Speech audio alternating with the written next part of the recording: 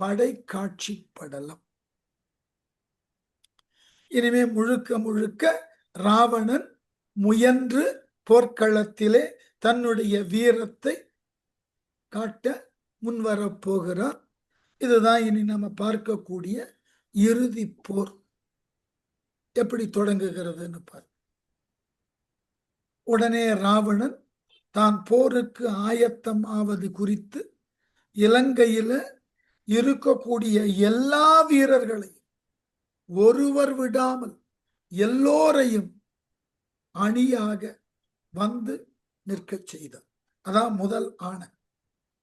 அத்தொழில் அவரும் செய்தார், ஆயிடை அனைத்து திக்கும் பொத்திய நிருதர் தானை கொணரிய போய தூதர் ஒத்தனர் அணுகி வந்து வணங்கினர் இலங்கை உன்னூர் பத்தியின் அடைந்த தானைக்கு இடம் இலை பணியன் என்றார். என்ன அழகான இடம். அத்தொழில் அவரும் செய்தார். என்ன அத்தொழில்? இந்திரஜித்தனை தைலத்துள் இட்டு வைக்கக்கூடிய தொழிலை வீரர்கள் மேற்கொள்ள அத்தொழிலை செய்ய ஆயிடை அதற்கு இடைப்பட்ட நேரத்தில் அனைத்து திக்கும் பொத்திய நிருதர் எல்லா திசைகளிலும் படைகளை திரட்ட சென்ற தூதுவர்கள், நிருதர்னா அரக்கர் படை வீரர்கள், நிருதர் தானை கொணரிய போய தூதர் எல்லா திக்குகளிலும் இருக்கக்கூடிய அசுரர்களினுடைய படை பிரிவுகளை எல்லாம் ஒன்று திரட்டி இலங்கைக்கு வர வைப்பதற்குன்னு தூதர்கள் போனார்கள்.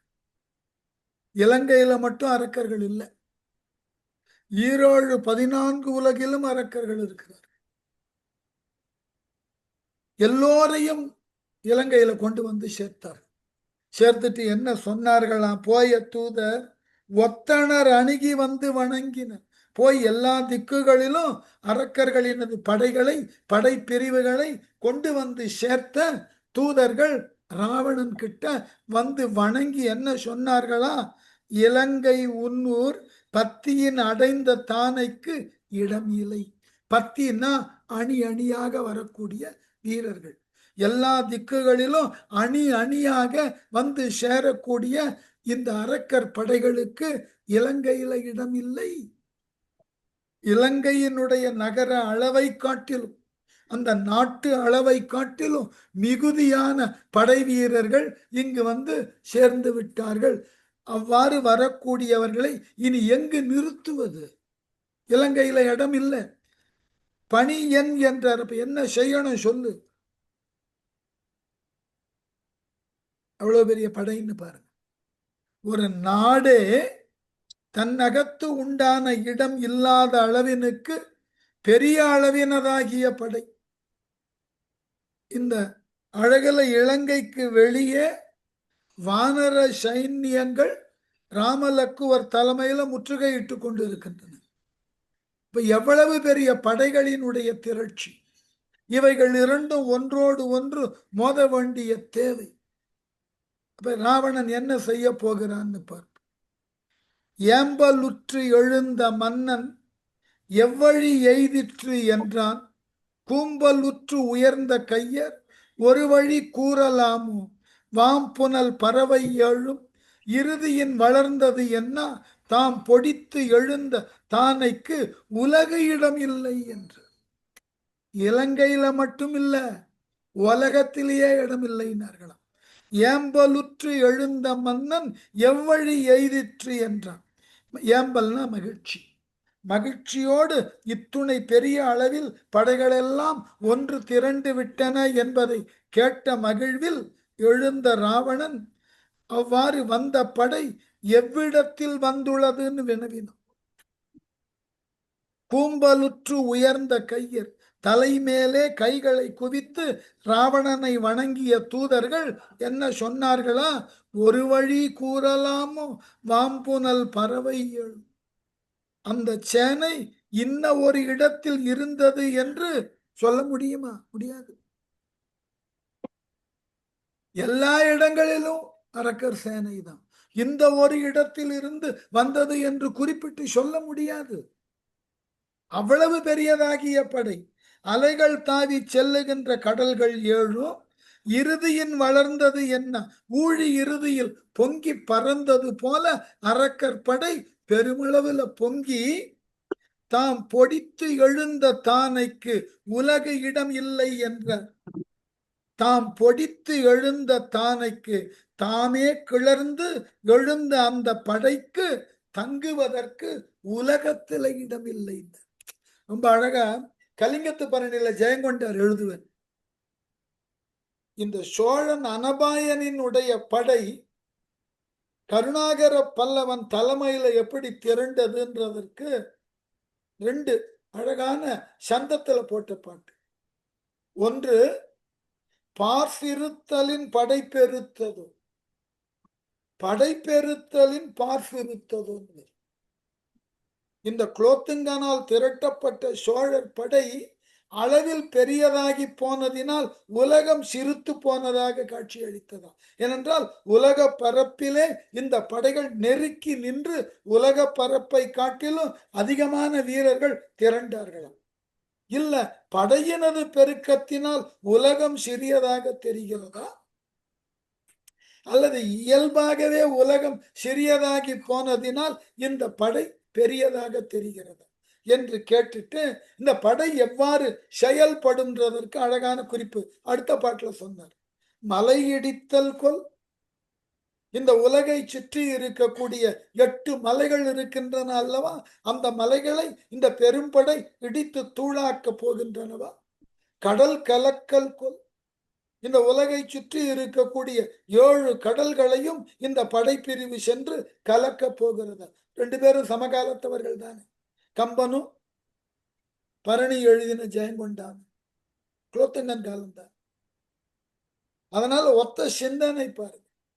உலகம் முழுவதும் ராவணன் படை வீரர்கள் ஒன்று சேர்ந்ததினால எங்கு இருக்குன்னு தெரியல இந்த உலகம். கூம்பலுற்ற உயர்ந்த கையர் ஒரு வழி கூறலாமோ, வாம்புனல் பறவை 7 இறுதியின் வளர்ந்தது என, ஊழிக்காலம் முடிகின்ற பொழுது 7 கடலும், பறவைன்னா கடல், 7 கடலும் பொங்கி எழுந்தது போல அத்துணை வீரர்கள் தாம் பொடித்து எழுந்த, தாமே கிளர்ந்து எழுந்த சேனை தங்குவதற்கு உலகமும் இடம் உடையதாக இல்லை. ரொம்ப அழகான விஷயம். இந்த ஏம்பல்னு ஒரு சொல் இருக்கு இல்லையா, அந்த சொல்ல சுவாரஸ்யமா ரசிக்கணும். சில நேரங்கள் இப்படி சொல்ல ஆராய்ச்சி முகம் வாடி போச்சுன்னாக்க அது கூம்பல்னு பேர். முகம் கூம்பி போச்சுன்னு சொல்றோம். மலர்ந்த முகத்திற்கு ஏம்பல். ஆகவே கூம்பலுக்கு நேர் எதிர்ச்சொல் ஏம்பல். என்ன அழகான, என்ன தமிழ்ல ஏ என்றாலே வியப்பு, ஏ என்றால் ஆச்சரியம், அதிசயம், பெருமை. அப்போ கூம்பின முகத்திற்கு மகிழ்ச்சியால், ஆச்சரியத்தால், அற்புதத்தால் மலர்ந்த முகம் ஏம்பல். இந்த மாதிரி சொல்லெல்லாம் ஞாபகம் வச்சுக்கிறது நல்லது. எல்லாம் ஒரே மாதிரியான சொல்லையே சொல்லி கொண்டு இருக்கக்கூடிய நேரத்துல நம்ம இப்படி சில புதிய சொற்களை தமிழ்ல ஏற்கனவே இருந்ததுதான் நாம கையாண்டு காண்பிக்கலாம். சரி, மண்ணுற நடந்த தானை வளர்ந்த மாத்துளி மண்ட விண்ணுற நடக்கின்றாரும் மிதித்தனர் ஏக மேல் மேல் கண்ணுற அருமை காணா கற்பகத்தின் முடிவில் கார்போல் எண்ணுற அரிய சேனை எய்தியது இலங்கை நோக்கி. இந்த படை பெருக்கு சங்க காலத்துல ஒரு பாட்டு உண்டு, ரொம்ப ரசித்து நான் படித்த பாட்டு. இந்த பாட்டினுடைய சொற்களை அப்படியே சொல்லுவதை காட்டிலும் பொருளை சொல்லலாம். ரொம்ப சுவாரஸ்யமான பொருள். ஒரு மன்னனினுடைய படை அணிவகுத்து சென்றதாம். அந்த படையினுடைய முன் பகுதியில போனவர்கள் நுங்கினை உண்ட வண்ணம் சென்றார்கள். அந்த படையினுடைய இடைப்பகுதியில போனவர்கள், அணிவகுப்பின் நடுப்பகுதியில போனவர்கள் பனம் பழத்தை உண்டு சென்றார்கள். படையின் இறுதி பகுதியில வந்த வீரர்கள் பனம் கிழங்கை உண்டு சென்றார்கள். எப்படி? அப்போ ஒரு இடத்தை அந்த படை கடக்க 1 வருடம் ஆகி இருக்கிறது. நுங்கு முற்றி காய்த்து முதிர்ந்து கனியாக கனிந்து அது நிலத்துல விழுந்து அந்த நிலத்தில் விழுந்த கனியிலிருந்து உண்டான வித்து அது கிழங்கை உற்பத்தி செய்ய சற்றேறக்குறைய 1.5 ஆண்டு ஆகும். அப்ப படையோட முதல் பகுதி நுங்கு உண்ண, இடைப்பகுதி பழம் உண்ண, இறுதி படை அணிவகுப்புல கிழங்கு உண்ணன்னா அந்த படையினது நீளத்தை கற்பனை பண்ணி பாருங்க. கற்பனை தான், கேட்பதற்கு அழகா இருக்குல்ல. அது போல இந்த படை எப்படியா, மண்ணுற நடந்த தானை வளர்ந்து மாத்தூளி மண்ட, பூமியில் அத்துணை படை வீரர்களும் நடந்ததினால் பெருகின தூளி இருக்குல்ல, துகள், மண் துகள் எழுந்து நெருங்குதலால் விண்ணுற நடக்கின்றாரும் மிதித்தனர் ஏக. வானத்துல நடந்து கொண்டிருக்கக்கூடிய தேவர்கள் கூட மண்ணில நடக்கிற மாதிரி உணர்ச்சிக்கு வந்தார்களாம். அவ்வளவு புழுதி எழும்பி வானுலகத்தையும் நிறைக்க, அந்த வானுலகம் முழுவதும் மண் துகளால் நிரம்பி போக வானுலகத்தில் நடக்கக்கூடிய தேவர்கள் கூட மண்ணுலகில் நடப்பது போன்ற அனுபவத்தை பெற்றார்கள். எவ்வளவு புழுதி மேல போயிருக்கோன்னு பாரு. கற்பகத்தின் முடிவில் கார்போல் 800 அரிய சேனை, யுக முடிவில் எழும் மேகம் போன்று கணக்கிட முடியாத அரக்கர் சேனை.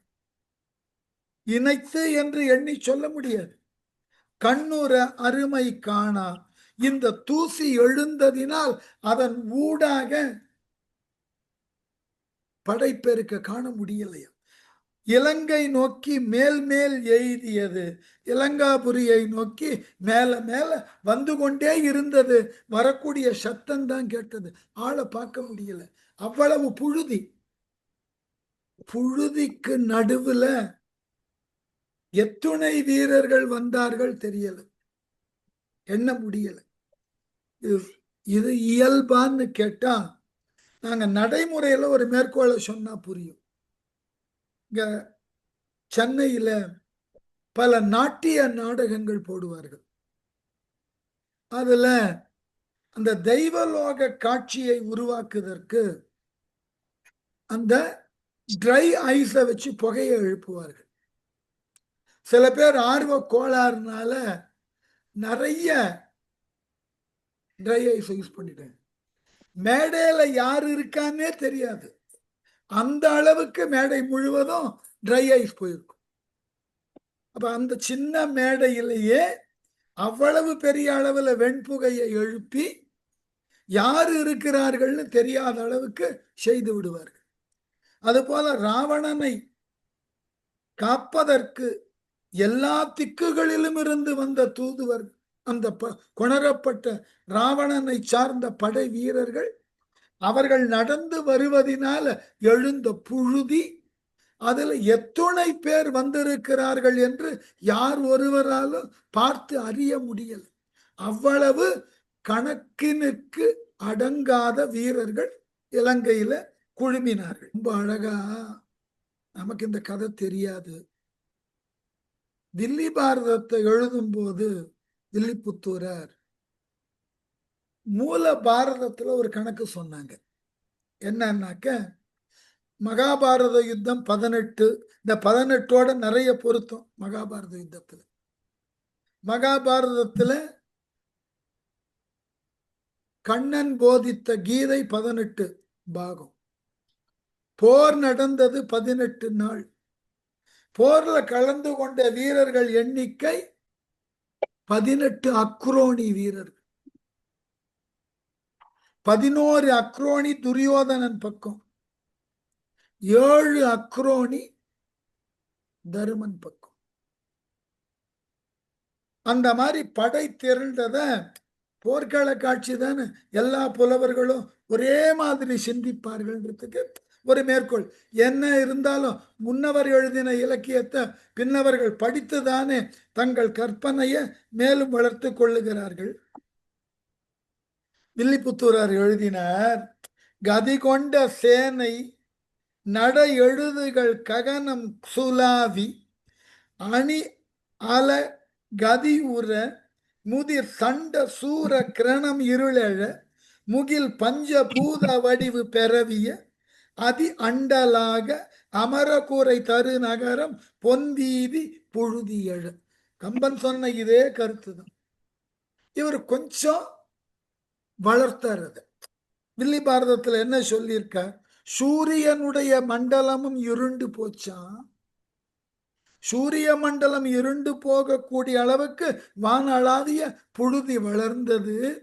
சொர்க்கம் எல்லாம் பொன் உலகாக இருந்த இடம் புழுதி உலகாக மாறிற்றுன்னு எழுதினார். கம்பன் சொன்ன கருத்து தான். வில்லி பாரதத்தை வில்லி புத்தூரர் இப்படி ஒரு அழகுல காமிச்சார். எப்படி அந்த அடிப்படையில அந்த படை வீரர்கள் பெருகி கொண்டே போகிறார்கள். வாழ்த்தனின் வயங்கமின்னா மழை அதின் இருள மாட்ட ஈட்டிய முரசின் ஆர்ப்பை இடிப்பொடு முழக்க மாட்டார் மீட்டு இனி உவமை இல்லை வேலை மீச்சென்ற எண்ணின் தீட்டிய படையும் மாவும் யானையும் தேரும் செல்ல. ரொம்ப அழகு. வாழ்தனின் வயங்கமின்னா மழை அதில் இருள மாட்ட. அரக்கர்களினது படை கையில வாட்களை ஏந்தி கொண்டு செல்ல அந்த வாள்களிலிருந்து வீசக்கூடிய ஒளி மின்னலை போல இருக்க எழுப்பிய புழுதி படம் மேகங்களை போல் இருந்தது. அதோட ஈட்டிய முரசின் ஆர்ப்பை இடிப்பொடு முழக்க மாட்ட.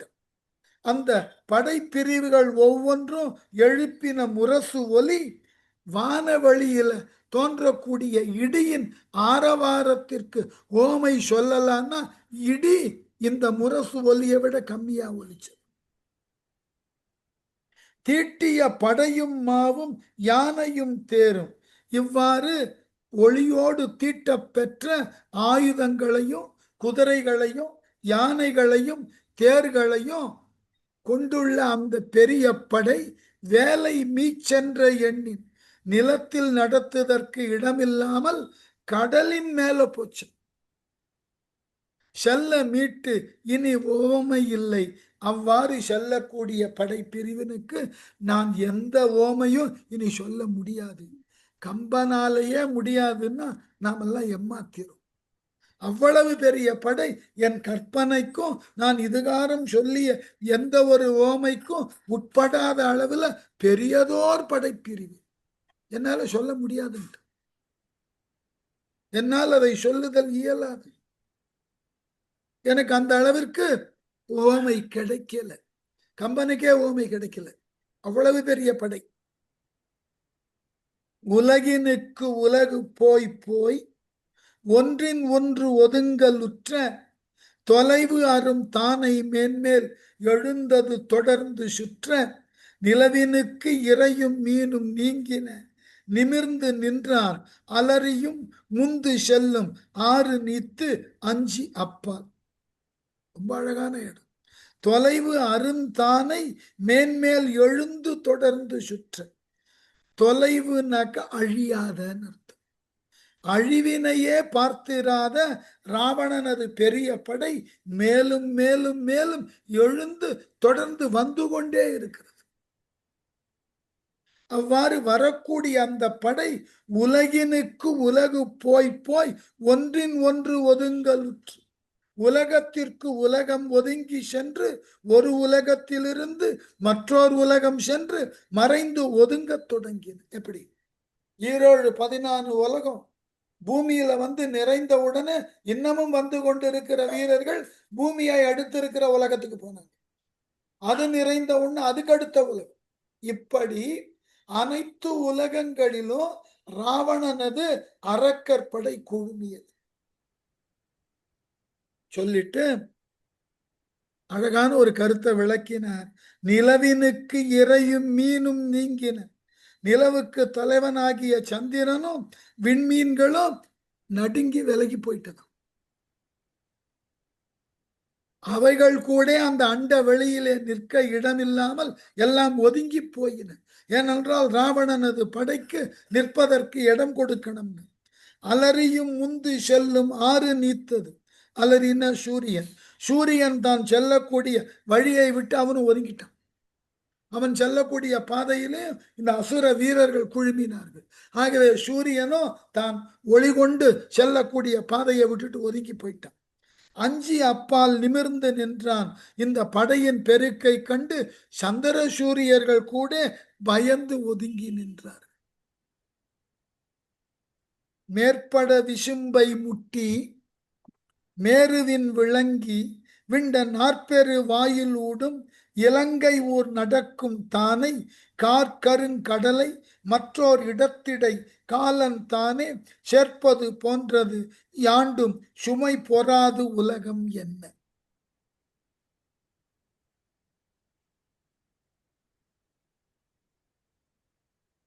மேற்பட்ட விசும்பை முட்டி மேருவின் விளங்கி, பெரியதான ஆகாயத்தை முட்டி மேருவை போல ஒளிரக்கூடிய விண்ட நாற்பெரும் வாயிலூடும் திறந்த 4 திசைகளின் வழியாக இலங்கை ஊர் நடக்கும் தானே, இலங்கை மாநகரை நோக்கி நடக்கின்ற அந்த பெரும் படைப்பிரிவு காலன் தானே கார்கருங்கடலை, யமனே கரிய நிறம் வாய்த்த பெரிய கடலை உலகம் யாண்டும் சுமை பொறாது என்ன.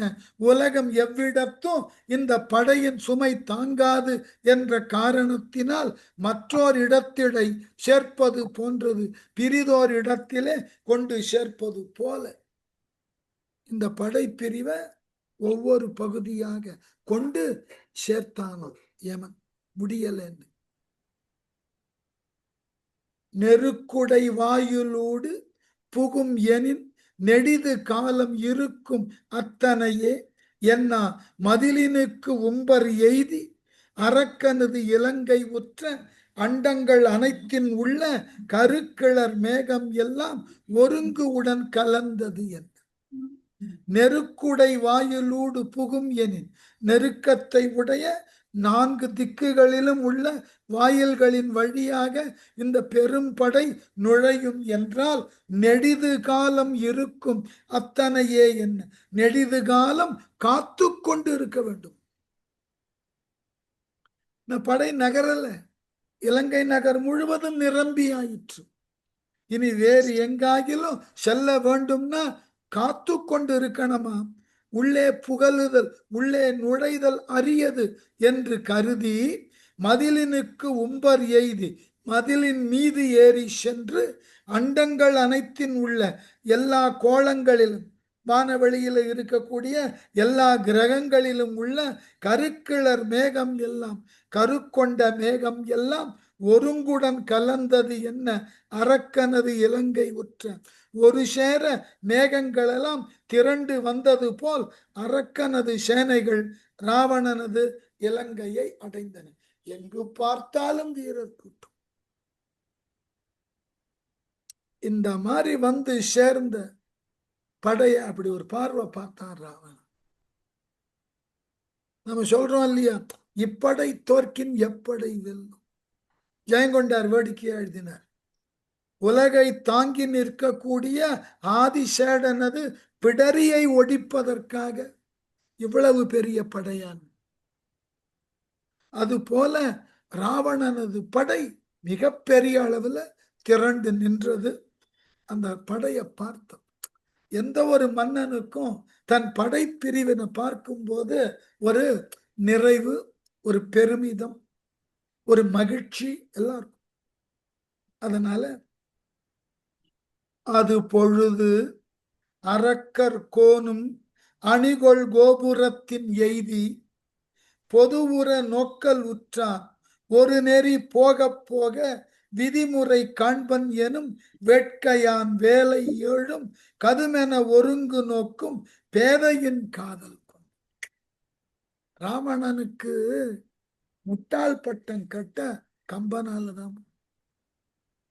ராவணனுக்கு ஒரு முட்டாள்தனமான ஒரு ஆசை வந்தது.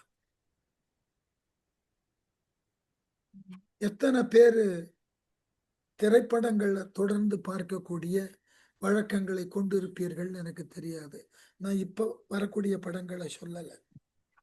60கள்ல மேலை நாடுகள்ல இருந்து வந்த ஒரு படம், பெருமளவுல பேசப்பட்ட படம் நம்முடைய இந்தியாவில், மெக்கானஸ் கோல்டுன்னு ஒரு படம்.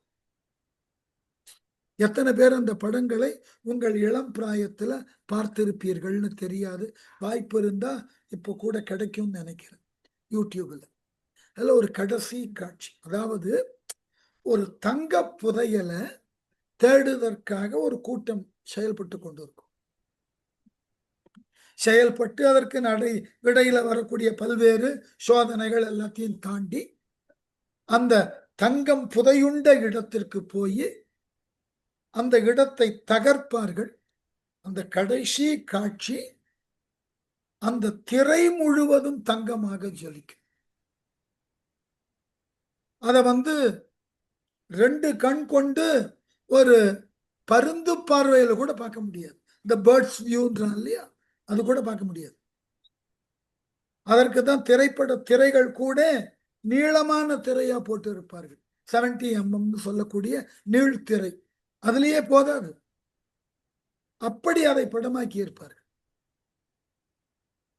அத 2 கண்ணை கொண்டு அந்த முழு பரப்பை பார்த்தல் என்பது முடியாது.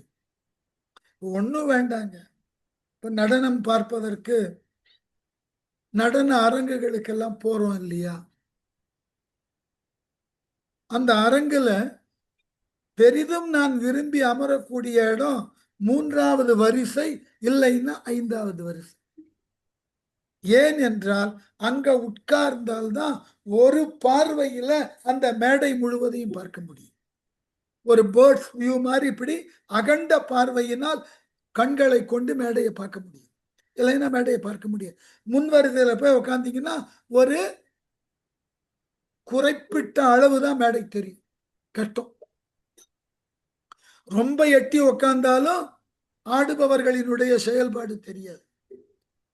இந்த காட்சி எப்படி இருக்குன்னு பாருங்க. அப்ப ராவணனுக்கு இவ்வளவு பெரும்படை இலங்கையில குழுமி அது அனைத்து அண்டங்களிலும் நிரம்பி நிற்பதை பார்த்த உடனே அவனுக்கு ஒரு முட்டாள்தனமான ஆசை வந்துதான். என்ன, இவ்வளவு பெரிய படையையும் ஒரே பார்வையில பார்க்க முடியுமா? அப்படி பார்த்த உடனே தெரியணும், கண்ணெல்லாம் அப்படி இயக்கக்கூடாது. பாருங்க, அது பொழுது அரக்கர் கோணும் அணிகொள் கோபுரத்தின் எய்தி. அந்த நேரத்தில் எல்லா படைகளும் திரண்டு வந்தது என்று தெரிந்ததன் பின் தலைவனாகிய ராவணன் ஒரு உயரமான கோபுரத்துல ஏறினான். ஏறி பொதுவுற நோக்கல் உற்றான். அந்த சேனைய பொது வகையானா குறிப்பிட்டு ஒரு படைப்பிரிவை பார்க்கணும்னு இல்லை, முழுவதுமாக ஒரே பார்வையில அந்த படைப்பிரிவை பார்க்க முடியுமான்னு நோக்க தொடங்கினான். வேலை 7ம் கதுமென ஒருங்கு நோக்கும். 7 கடலையும் ஒரே பார்வையில விரைவாக பார்க்கக்கூடிய ஆசைக்கு உட்பட்டு பேதையின் காதல் கொண்டான், அறிவிலி போல ஆசை கொண்டான். ஒரு முட்டாள்தனமான ஆசை வந்தது. இவ்வளவு பெரிய படைப்பிரிவையும் ஒரே பார்வையில பார்க்க முடியுமா? முடியாது. அது ஒரு பெருமிதம், தன்னிடம் எவ்வளவு பெரிய படை இருக்கிறது. பழைய காலத்தில் ஒரு நகைச்சுவையில வேடிக்கையா சொல்லுவார். ஒருவர் தன்னிடம் இருக்கக்கூடிய நிலம் இருக்கிறது அல்லவா, விவசாயத்திற்கு உரிய நிலம் மிகப்பெரிய அளவினதாயிற்று. அதை தன் நண்பனுக்கு சொல்லி பெருமைப்படணும்னு ஆசைப்பட்டார். நண்பனை கார்ல ஏற்றி அமர்த்தி கொண்டு சொன்னார், இந்த கார்ல பயணப்பட்டால் நான் கொண்டிருக்கக்கூடிய நிலத்தை முழுவதும் பார்க்க வேண்டும் என்றால் காலையில கிளம்பினா மாலையில தான் பார்த்து முடிக்க முடியும். உடனே நண்பர் சிரித்து கொண்டே சொன்னார், ஆமாம் ஆமாம், என்னிடம் அது போல ஒரு பழுதடைந்த கார் இருந்தது. அவர் நிலத்தினுடைய பரப்ப சொன்னா பழுதான கார்ல அது மெல்லதான் போகும், அதனால நிலத்தின் அளவு குறைவா இருந்தாலும் அதை முழுமையுமா பார்க்க முடியாதுன்னு ஏளனமாக சொன்னதாக வேடிக்கை பேசுவார். ராவணன் அது நிலையும் அப்படித்தான். நகரத்திலேயே உயரமான கோபுரத்தில் ஏறிண்டான். ஏறி அங்கு நின்று கொண்டு அத்துணை படை பிரிவையும் ஒரு பறவை பார்வையில பார்க்கணும்னு ஒரு முட்டாள்தனமான ஆசை. முடியாதுதானே. ஆகவே அறிவிலி போலே ஆசை கொண்டான், பேதையின் காதல் கொண்டான், ஒரு நெறி போக போக விதிமுறை காண்பன் எனும் வெட்கையான். தன் பார்வையை ஒரு நெறியே செல்லுமாறு செலுத்தி விதிமுறைப்படி தனித்தனியே எனும் காண்பேன் எனும் விருப்பத்திற்கு உட்பட்டான். ஒரே பார்வையில பார்க்க முடியாது, இனிமே ஒவ்வொரு படைப்பிரிவையும் தனித்தனியா பார்த்துக்கிறேன், வேற வழி இல்லை. இவ்வளவு பெரிய படைய ஒரே பார்வையில் பார்க்கணும்னு ஆசை இருந்தது, அது முடியாதுன்னு தெரிஞ்சது. அதனால என்ன பண்ணா, இனி நாம் அதை தனித்தனியா பார்க்கலாம்னு ஒரு முடிவுக்கு வந்துட்டோம். எவ்வளவு பெரிய மன்னனாக இருந்தாலும் சில பேருக்கு ஒரு ஆசை இருக்கும் இல்லையா. நான் வேடிக்கையாக அதை சொல்லுவது உண்டு. மகளிர்கள் இருக்கிறதுனால பெண்கள் எங்காகிலும் வெளியே கிளம்பணும்னா தங்கள் வீட்டில் இருக்கிற வார்ட்ரோப் அப்படி திறந்து வச்சு ஒரே பார்வையில் பார்த்து கொண்டே நிற்பார்கள், எவ்வளவு ஆடை இருக்கிறது. அந்த மாதிரி ராவணனும் அந்த பேதைன்ற சொல்லுக்கு பெண்ணுன்னு ஒரு பொருள் உண்டு.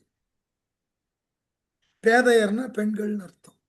ஆகவே இவனுக்கு அந்த பேதமை குணம் வந்து தன்னுடைய படையை ஒரே பார்வையில் பார்க்கணும்னு ஆசைப்பட்டான். முடியாதுன்னு தெரிந்தது. சரி, இனிமே தனித்தனியா ஒவ்வொரு படை பிரிவா பார்த்து கொள்ளலான்ற முடிவிற்கு வந்தான். மாதிரம் ஒன்றின் நின்று மாறு ஒரு திசை மேல் மண்டி ஓத நீர் செல்வது அன்ன தானையை உணர்வு கூட்டி வேத வேதாந்தம் கூறும் பொருளினை விரிக்கின்றார் போல் தூதுவர் அணிகள் தோறும் பரன்முறை காட்டி சென்றார். இந்த மாதிரி எழுதுறதுக்கு கம்பனுக்கு மட்டுமே சக்தி. இந்த ஒரே பார்வையில படைய பார்க்க முடியல, தனித்தனியா பார்க்கலான்ற முடிவுக்கு வந்தான். அந்த முடிவுக்கு வந்த உடனே அந்த படை பிரிவை வந்த தூதுவர்கள் தனித்தனியா விளக்கி கொண்டு சென்றார்கள். அதுக்கு ஒரு ஓமை சொன்னான் பாருங்க கம்பன். வெரி மன்னிக்கணும், ஆங்கிலத்துக்கு வந்துட்டேன்னா மிக சுவாரஸ்யமான ஓமை. அவனுக்கு தான் அந்த ஓமையை கையாள முடியும்னு நான் நினைக்கிறேன். எப்படி? மாதிரம் ஒன்றின் நின்று, மாதிரம்னா ஒரு திசை, ஒரு திசையில நின்று கொண்டான் ராவணன்.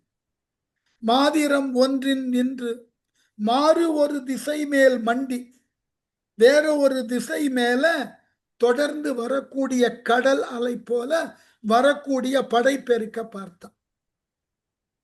நம்ம நாட்டில எல்லாம் செய்வார்கள். இந்த ஒரு விழா தலைவர் தன்னுடைய கட்சியை சார்ந்தவர்கள் பெரும் படைப்பெருக்கோடு வரும்போது எங்கேயாவது ஒரு இடத்துல நின்று கொள்வார்கள், உயரமான பரண் கட்டி. அதை தாண்டி எல்லோரும் தலைவரை வாழ்த்திய வண்ணம் சொல்லுவார்கள். அந்த இடத்தை படை கடப்பதற்கு அல்லது அந்த தொண்டர் குழாம் கடப்பதற்கு 3 மணி நேரம் ஆயிற்றுன்னு சொன்னதான் பெருமை. அது மாதிரி ராவணன் ஒரு திசையில நின்று கொண்டான். மற்ற திசைகளில் இருந்து படை பெருக்கம் அலை அலையாக வந்து கொண்டு இருக்கிறது. மாறு ஒரு திசை மேல் மண்டினா மிகுதியாக ஓத நீர் செல்வது என்ன, அலைகளை உடைய கடல் பெருக்கு செல்லுவது போல படை இவனை கடந்து கொண்டு போய்கொண்டே இருந்தது. அப்படி ஒவ்வொரு படையாக கடக்கும் போது அந்த படைப்பிரிவுகளை பற்றின விளக்கத்தை தூதுவர்கள் ராவணனிடம் சொன்னார்கள். இது இன்ன படைப்பிரிவு, இந்த பகுதியிலிருந்து வந்தது, இத்தகு ஆற்றலுக்கு உரியதுன்னு சொல்லி கொண்டு வந்தார்களாம். எது போலன்றதற்கு ஒரு அழகான ஓமை. உணர்வு கூட்டி அந்த படைப்பிரிவினது அளவை பார்த்து உணர்ச்சியோடு அந்த படைப்பிரிவுகளை அழைத்து வந்த தூதர்கள் எப்படி விளக்கம் சொன்னார்களா? வேத வேதாந்தம் கூறும் பொருளினை விரிக்கின்றார் போல். வேதங்களையும் அந்த வேதங்களுக்கு விளக்கமான உபநிடதங்களையும் எவ்வாறு ஒரு ஆச்சாரியன் விளக்குவானோ, கேட்கிறவனுக்கு புரியுதோ புரியலையோ கேட்டுக்கிட்டு இருப்போம். எப்படி வேத வேதாந்தத்தினுக்கு விளக்கம் தரக்கூடிய ஆச்சாரியன் தொடர்ந்து விளக்கம் சொல்லி கொண்டு இருப்பான். நமக்கு புரிந்தது போலும் இருக்கும், புரியாதது போல் இருக்கும், புரிந்தது போன்று பாவனை செய்து கொண்டிருப்போம். அதுபோல இந்த தூதுவர்கள் ஒவ்வொரு படையா கடக்க கடக்க விளக்கி கொண்டே வருகிறார்கள். எல்லாவற்றையும் கேட்டு தலையாட்டி கொண்டே இருக்கிறான் ராவணன். அவனுக்கு புரியல அந்த படையினது பெருக்கம், அதனுடைய விளக்கம், இதெல்லாம் அவனுக்கு மனசுல பதியலை. ஆகவே எது போலன்னா வேதாந்தத்துக்கு விளக்கம் கூறுபவன் கூறிக்கொண்டே இருப்பான், கேட்டுக்கொண்டு இருப்பவன் புரிந்தாலும் புரியாவிட்டாலும் புரிந்தது போல தலையாட்டுவோம் இல்லையா? என்னுடைய ஆசிரியர் தொழில் நிறைய பார்க்கறது உண்டு.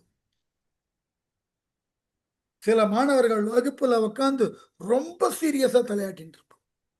என்ன அடிப்படைன்னா அவனுக்கு பாடமே புரியலன்னு அர்த்தம். அதனால எங்க ஆசிரியர் நம்மள ரொம்ப புரியவில்லைன்னு கேள்வி கேட்டுடுவானோன்ற பயத்துல புரிந்தது போல வேக வேகமா தலையாட்டும். இதெல்லாம் ஆசிரியர் தொழில கத்துக்கிற அனுபவம்.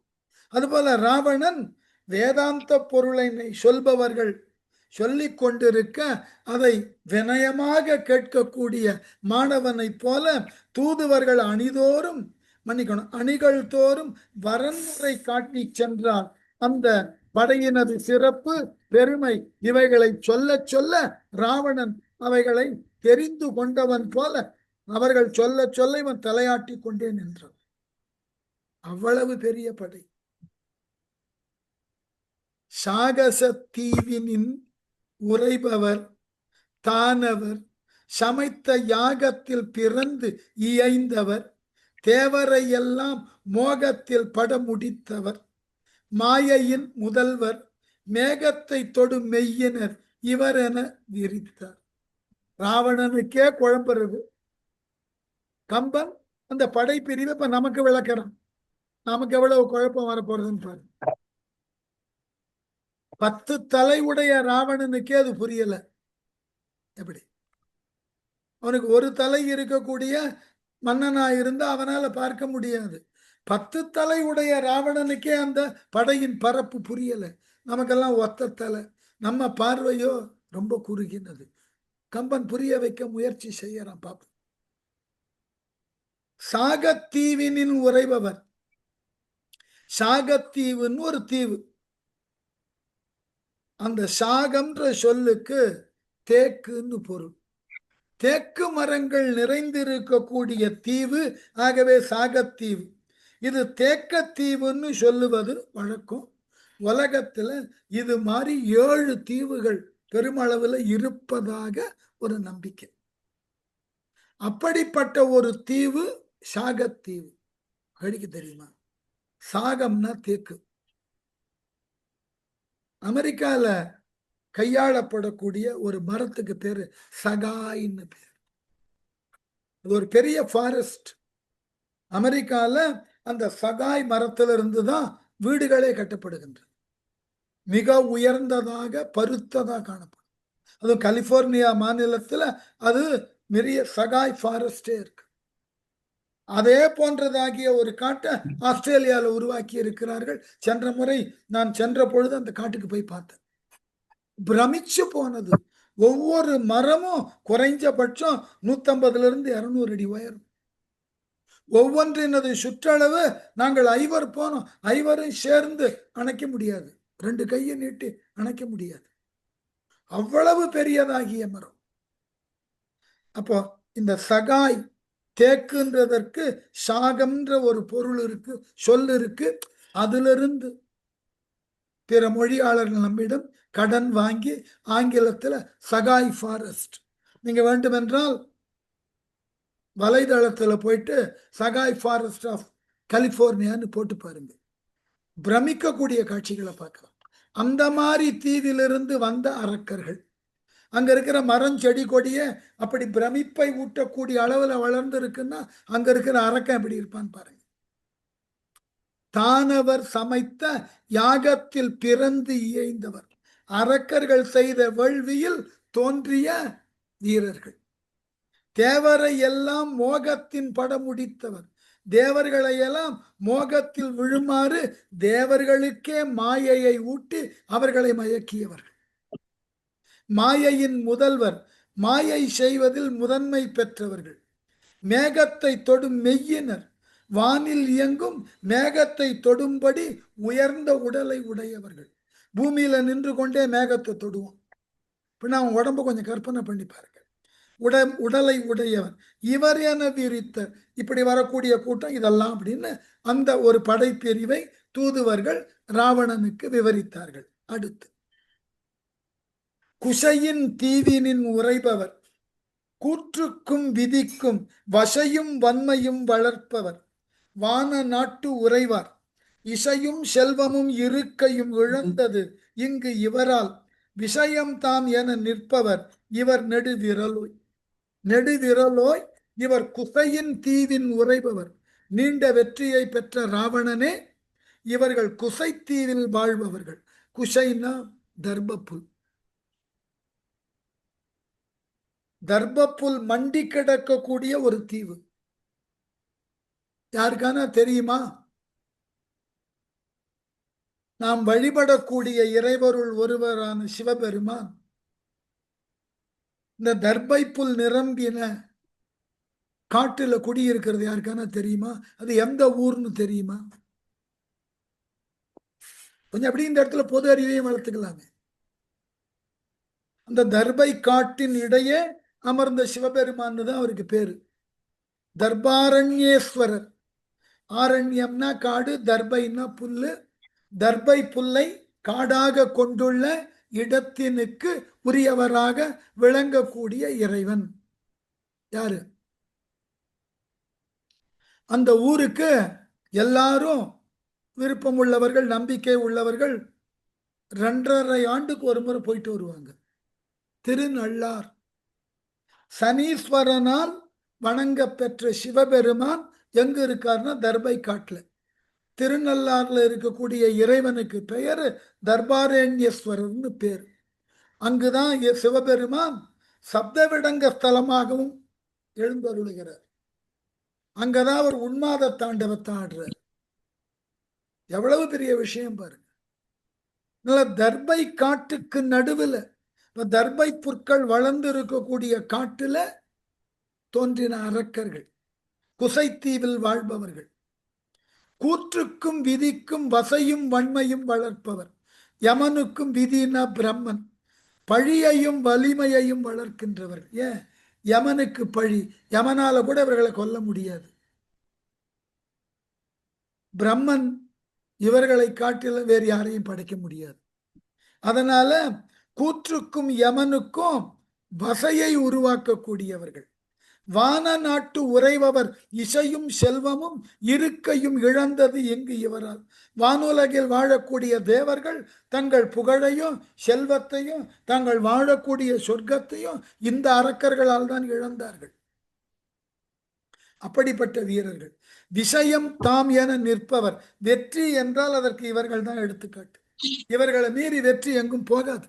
அப்படிப்பட்ட வீரர்கள் குசைத்தீவிலிருந்து வரக்கூடிய வீரர்கள் என்று விளக்கி மேலும் அந்த படைப்பிரிவை விளக்குகிறார். அது அடுத்த வகுப்பில் தொடரும்.